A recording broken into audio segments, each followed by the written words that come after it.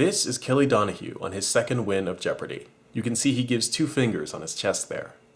This is him on his third win and final episode, giving 3 fingers and time for Twitter to do what Twitter does best. People were freaking out. Who cares if it's the American Sign Language symbol for 9, or was laid flat to display 3 fingers as in the number 3? From the right angle, it looks like a W and a P for white power. God help us, those clever supremacists are at it again! Even former Jeopardy contestants weighed in to condemn the gesture. A recent contestant has caused concern among Jeopardy viewers, and we as former contestants feel the need. This thing is a need to find something. So, how the heck did the OK sign end up on the ADL's no-no list? Oren Segal of the Anti-Defamation League told NPR that for years, how many years? The OK sign has been deployed in memes and other images promoting hate.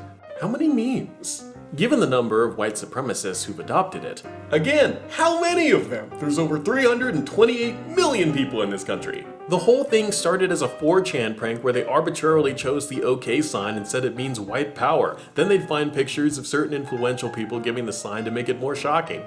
Tons of people do the sign innocuously, but it's not as popular and hard to turn as the thumbs up, which is probably why it was the perfect choice. Segal admits some people on the message boards fell for it. But what they won't tell you is that media also took the bait. Desperate to have any evidence that noted Jew Stephen Miller was a Hitler lover, the prank conspiracy spread like wildfire on liberal media sites and was easily believed by trigger-happy partisans, including the ADL. This had the Streisand effect of drawing up-and-coming far-right trolls and figures onto it. It also has the effect of making white supremacist ideology seem far more prevalent and just under the surface than it actually is, which kinda has the effect that white supremacists would want to present, actually. It also gets fear clicks. The Anti-Defamation League also added Dylan Roof's bowl cut to their list of hate symbols. No, that's not a joke, they actually did that. Be careful if bowl is in your username. Apparently it's used to admire Roof and call for others to emulate his racist murders. There surprisingly was no wave of emulation church murders in the United States in all that time. You'd think knowing how easy it was would have inspired more people. Just for fun, let's take a look at some of the other stuff the ADL says we need to look out for. Avoid carelessly using 12, 13, 14, 18, 28, 38, 43, 83, 88. I hope you didn't see your favorite jersey number there. Or 23, which stands for the 23rd letter of the alphabet, W, which stands for white. Now, I'm kind of wondering, how is this even really a hate symbol? Because at this point, they might as well just be pointing to their face. 100% is shorthand for 100% white. Crazy White Boy is a common white nationalist tattoo. All cops are bastards is used by racist skinheads and non-racist skinheads. Trollface has the context of only its racist variations being included, whereas Pepe is just straight up on the list.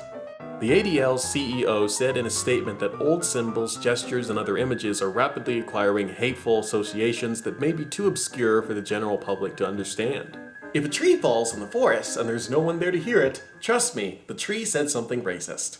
You might say, oh, the ADL isn't banning the symbol, they're merely documenting its use and warning people. But by acknowledging and publicizing that some unfavorables use it, the ADL has simultaneously stamped innocuous human behavior to become a point of suspicion and paranoia, which leads to what we saw in the case of Kelly. You can only be offended by a symbol if, say it with me, it symbolizes something offensive to you.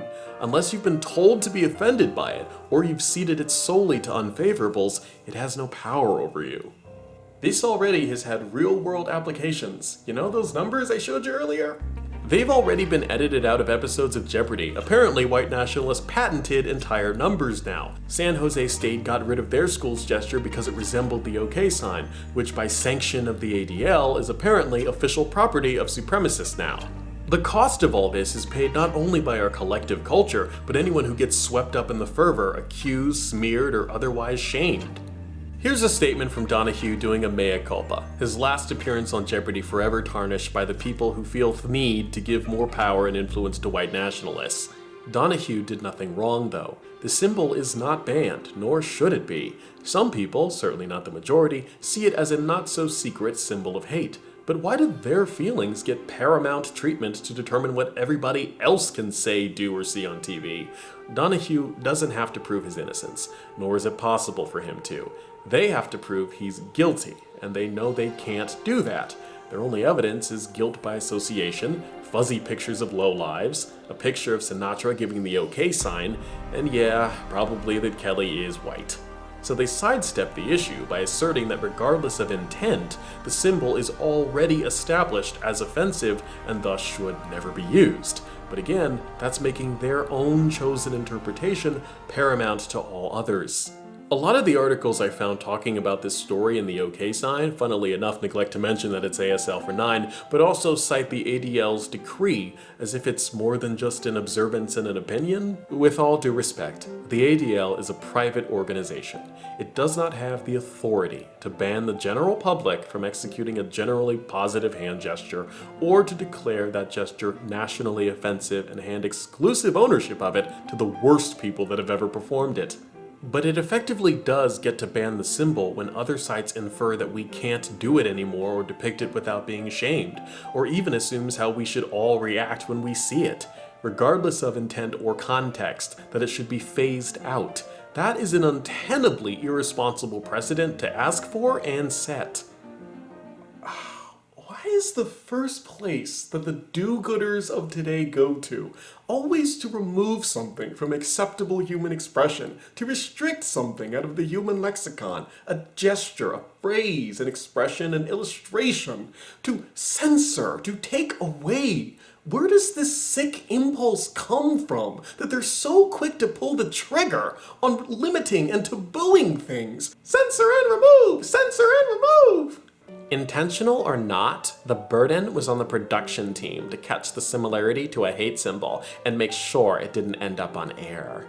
Or maybe the burden's on you to get the hell over it. The very fact that the Jeopardy team presumably didn't recognize this kind of flies in the face of your narrative that all of enlightened America just recognizes that this is an offensive symbol. I think you're mad because your ill-conceived campaign to demonize and remove the OK sign really only seems to be working with people that, frankly, fell for the prank in the first place. I'm sorry, but no, like conspiracy uncles on Twitter, insecure college students, and coastal journalists are part of the great American fabric, yes, but they're hardly the only perspective. In summary, this all started as a prank, but now no one gets to do this gesture in polite society anymore because private organizations like the ADL and the private companies that listen to them arrived at the genius conclusion that we should have fewer ways of expressing ourselves than 4chan kids and white supremacists. Don't give that power to white supremacists. Don't give that power to 4chan that trolled the white supremacists into using it. Instead, leave that power where it belongs, with the people, to make up their own minds, many of whom are unaware of your campaign to demonize the expression. But even if we all knew, we still don't have to give it away. I don't know if Mr. Donohue will ever see this video, and I wouldn't expect him to comment and attach his name to this, but I would hope he knows that someone cared enough to actually make a video defending the principle of what he did. I'm sorry he thinks he made a mistake. I don't think I'm saying anything that controversial or groundbreaking here, but feel free to touch base with me. Hit me up on Twitter, it's in the description box. I know it's not always easy, but I think these are conversations that we should really start having today, and we should have been having them for a while. As always, if you think I said something questionable, question me. Let's actually engage with some ideas here. Leave a like or dislike, but if you liked it, make sure you subscribe and hit the notification bell so YouTube will actually let you know when my videos come out.